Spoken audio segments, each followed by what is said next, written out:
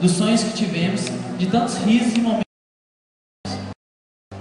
Saudades até dos momentos de lágrimas, das angústias, das vésperas de finais de semana, finais de ano, enfim, de todo o companheirismo de vida. Sempre pensei que as amizades fossem para sempre. Hoje, não tenho mais tanta certeza disso. Em breve, cada um vai para o seu lado, seja pelo destino ou por algum desentendimento, e segue a sua vida. Talvez continuemos a nos encontrar, quem sabe, nos e-mails trocados. Podemos nos telefonar, conversar algumas bobagens, aí os dias vão passar, meses, anos, até que este contato torne-se cada vez mais raro. Vamos nos perder no tempo.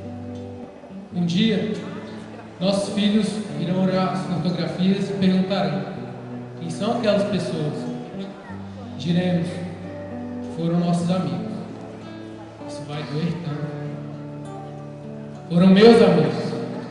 Foi com eles que vivi os melhores anos de minha vida. Nos reuniremos para o adeus de um amigo, e entre lágrimas nos abraçaremos.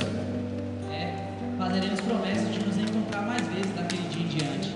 Por fim, cada um vai para o seu lado para continuar a sua vidinha isolada do passado, e nos perderemos no tempo. Por isso, fica aqui o pedido deste humilde amigo.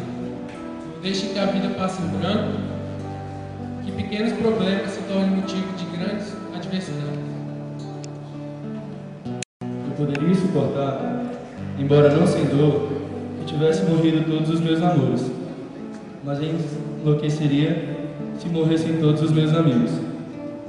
Seja representada por apenas lágrimas e sim de saudade. Por favor, vamos lembrar de todos os momentos bons, esquecer os ruins, e vamos deixar daqui pra frente uma grande marca de coração de cada um. Obrigado por vocês terem participado da minha vida.